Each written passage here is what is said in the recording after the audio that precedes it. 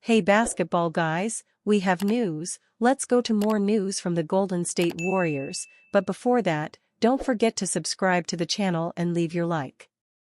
The Warriors are truly in panic mode. This team is unable to play at a high level and some players show signs of fatigue, such as Draymond Green.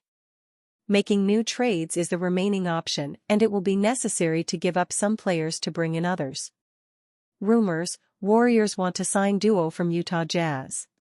The days of the Golden State Warriors dominating the Western Conference are no more.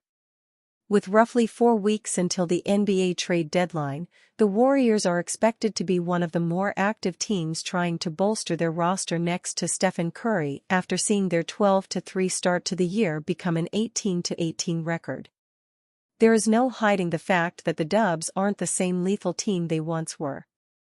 Curry still looks like an All-NBA performer at 36 years old, but the offensive struggles that exist for Golden State are alarming.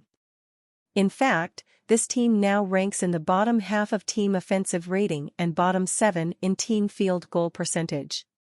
If the Warriors are to flip their season around and become a threat once more in the West playoff picture, then they are going to have to search the trade market for more talent other than just adding Dennis Schroeder a few weeks back. With expiring contracts, young talents, and draft capital, there is a path for the Dubs to pursue a few key names before the trade deadline. Whether or not Mike Dunleavy Jr. and Joe Lacob will truly part ways with the young assets on this roster and their future draft picks, knowing that Curry is nearing the end of his career, is the major question many around the league are searching for an answer to. No matter what the February 6th trade deadline shapes up to look like, the Warriors have maintained the same mindset they held this past offseason regarding the team's overall financial situation: maintain flexibility to pursue another star. That is why Paul George and Lauri Markkanen were two of the team's primary trade targets over the summer. Although this organization needs and wants another star, there isn't a clear path to adding one before the trade deadline. Brandon Ingram and Zach LaVine aren't on the Warriors' wish list, nor is Zion Williamson. Mutual interest exists between Jimmy Butler and the Warriors, yet there isn't a realistic path for him to be paired with Curry and Draymond Green from a financial perspective. The only moves that Golden State can make before the trade deadline are to add depth and key secondary talent, since they hold no interest in trading Andrew Wiggins. Not to mention, there still isn't a sense that the Warriors want to part ways with Jonathan Kuminga, which eliminates all equations for adding a sure-thing second-in-command type of player next to Curry. Golden State Warriors receive G. Jordan Clarkson, C. Walker Kessler. Utah Jazz receive G. Dennis Schroeder, G. Moses Moody, MIA 2025 second-round pick, via GSW, protected 31-37, GSW 2027 first-round pick, top 5 protected, GSW 2030 second-round pick. It is no secret to anyone that the Warriors need frontcourt help. Draymond Green can't go a full season as this team's anchor at the center position, and this has been an area of need for quite some time in Golden State, dating back to their days of dominating the NBA Finals. After failing to put together a package for Markkanen in the offseason, could the Warriors and Utah Jazz again discuss a trade, only this time about Walker Kessler and Jordan Clarkson? The Jazz are open for business entering the trade deadline with a 9-26 record, and this organization has signaled to rival teams that they are willing to hear all offers that come their way. John Collins, Colin Sexton, and Clarkson are the 3 players Utah is actively known to be open to trading. In Kessler's case, the Jazz have turned down many offers for the big man since the summer due to their price not being met.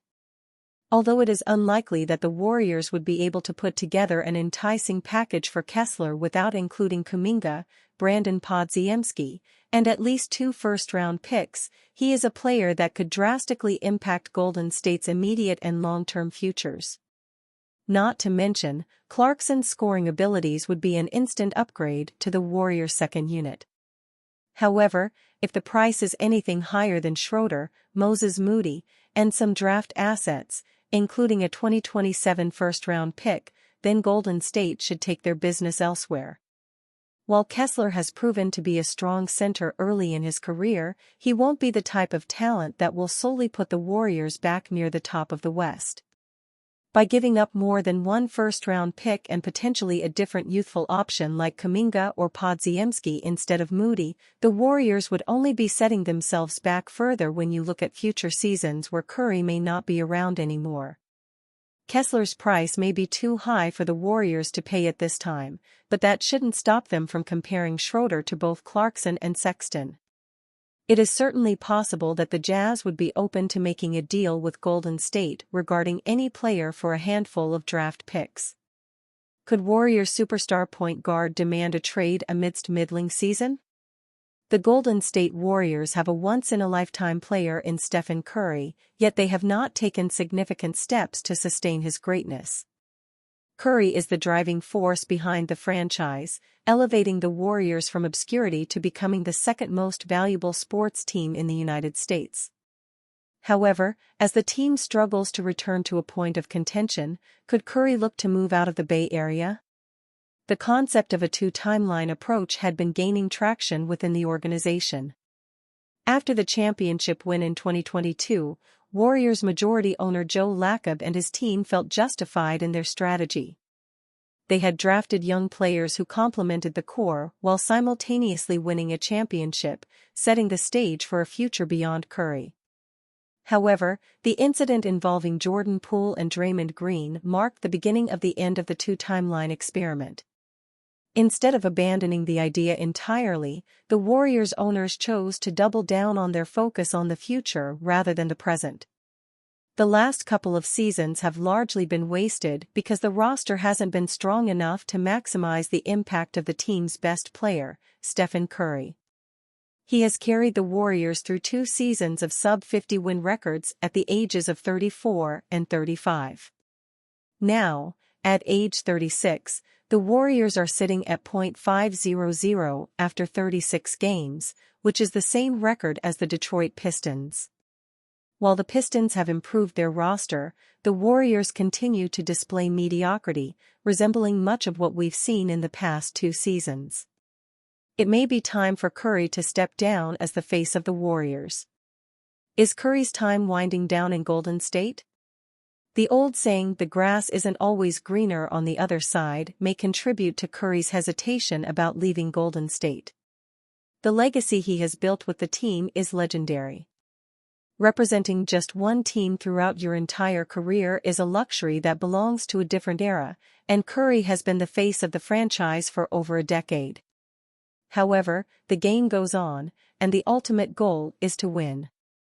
If the Warriors cannot find a strong player who can make Curry a reliable second option or even a 1B option, it may be time for him to consider the possibility of taking his talents to another team.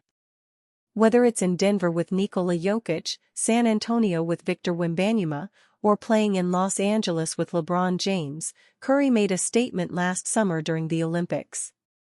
As the greatest shooter the game has ever known, he still has plenty left in the tank. Losing at this stage, especially due to an incompetent front office, risks sacrificing the end of Curry's career when he would much rather finish on a high note.